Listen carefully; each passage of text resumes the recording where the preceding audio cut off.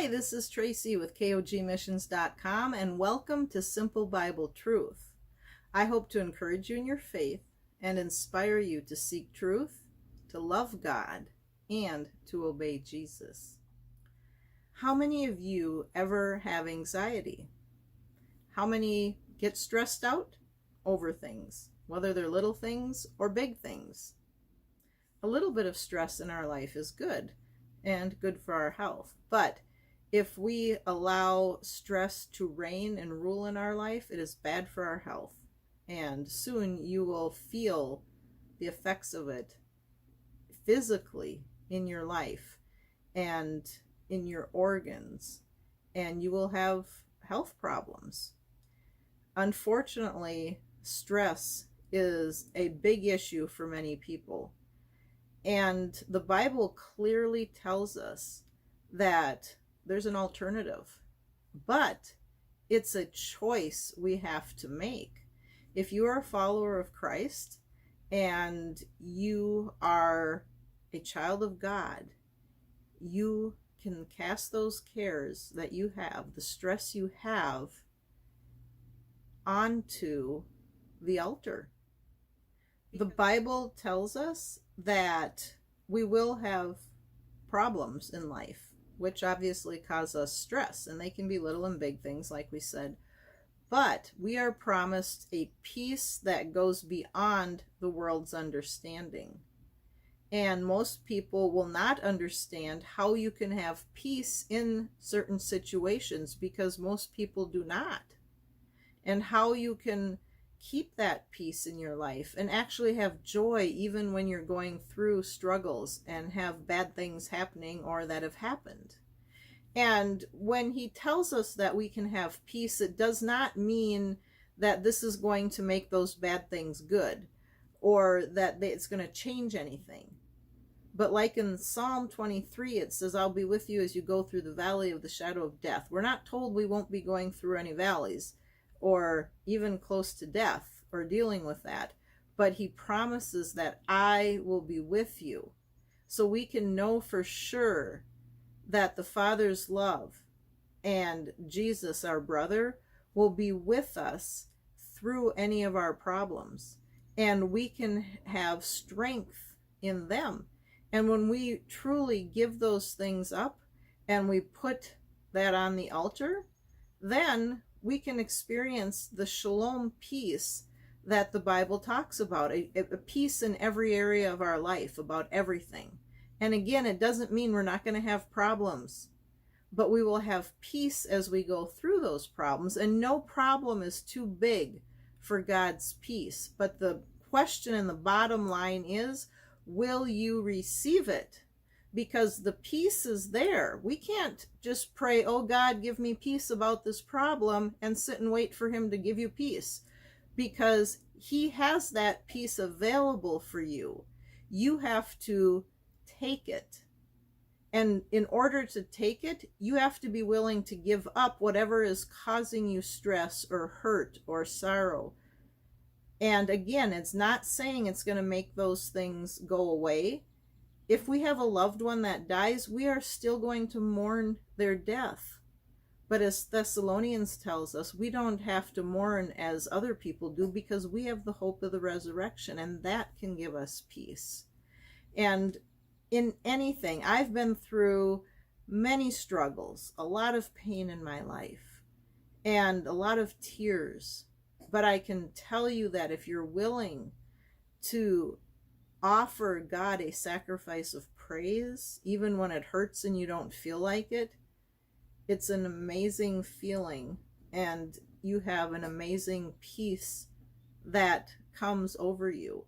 When you take those problems and instead of dwelling on them and thinking about them, that's what happens when you hold on to your problems, when you're holding them. You're thinking about them, you're replaying things over in your mind, you're thinking about how can you get back at this person, or how can you deal with this, or how could you have done something differently. And yes, we need to learn from our problems, but to sit and dwell on them and replay them in our mind over and over again, that doesn't help us.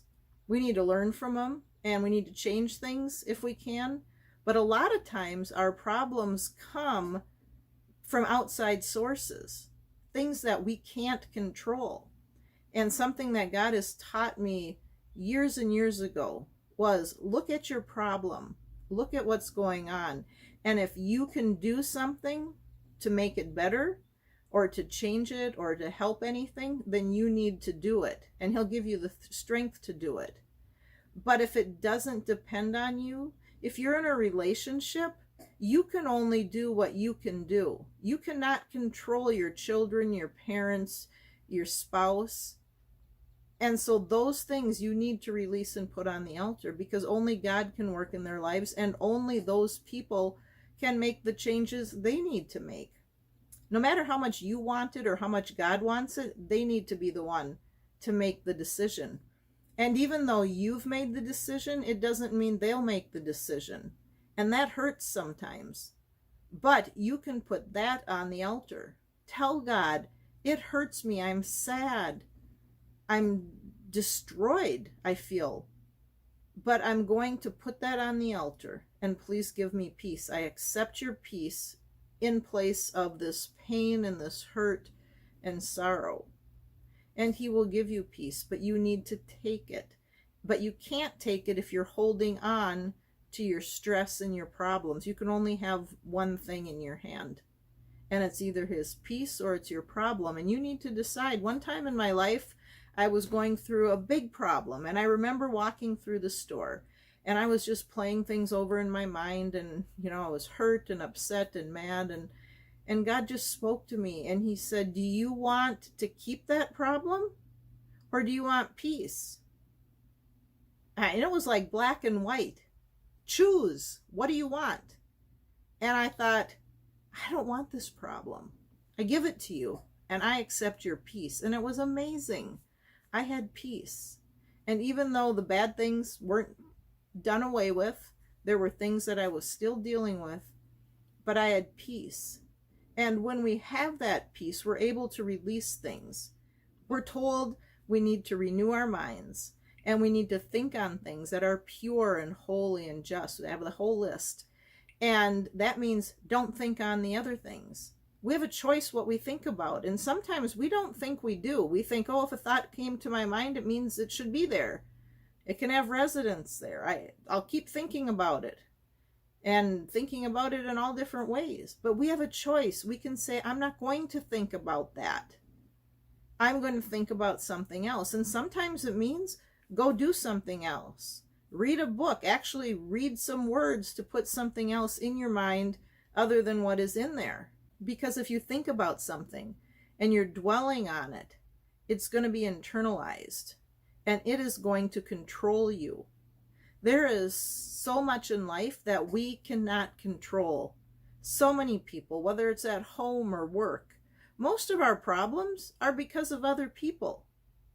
And a lot of our problems are because of us. So again, we should reflect on it, look at it. If there are things we can change to make our problems go away or to help with things, we need to take responsibility and do that. But if it has to do with somebody else, you can't control what your children do. You can control what you've invested in them up to a certain point, but then they ultimately will decide. You can't control your spouse. You can't control if your spouse will meet your needs, or if they'll love you how you need to be loved, or if they'll even be faithful to you. You can be faithful. You can make the effort to give to them what you know they need. But if you don't get it in return, that's hard. And it hurts. And it's sad and it's not right. Because any relationship, whether a spouse or a friendship, it takes two people giving and thinking of the other people. The Bible tells us to think about other people better than we think of ourselves. But if they're not giving to us what we need to put that on the altar and tell God, you know I need this. My heart hurts. And it's not that God is going to take away that desire, because they're good desires to have your husband or wife love you, or other things that are good and that God has put into us. But unfortunately, life isn't fair. People aren't always kind and thoughtful. And a lot of people are selfish, and all they do is think of themselves. But you can't change that. And so when you put it on the altar, it's not that God is going to take that desire away for your husband to say nice things to you, or to be kind to you, or your wife to do whatever you want, to cook something, or to wear a certain thing, or be a certain way. It's not going to change those things. But it will give you peace when you aren't getting your needs met. This life is not life that is truly life. That is the coming kingdom of God, when everything is going to be perfect. And unfortunately, this life is not. And we need to accept it. And if we do, we're going to be healthier, happier, have more joy in our life. And it doesn't mean everything's going to be good. There's still going to be pain and sorrow until Jesus comes. And after the millennium, when death is done away with, and all the sorrow and mourning and pain is done away with, only then will we have that perfect shalom peace with none of those things. But for now, we can have peace as we go through the valleys, as we deal with stress and anxiety and hurt, even really, really bad hurt and pain and abuse. We can have peace because his peace is greater than any of that. But we need to decide that we want his peace, and we're willing to give up our thoughts and holding on to those things that are weighing us down. We need to allow his peace to rule in our minds and accept that. And we need to do that every day. Sometimes the thoughts will come back, but you need to go again. I'm not thinking that way. This is my new way of thinking. And I want peace. I choose peace over pain and peace over sorrow. It's a choice.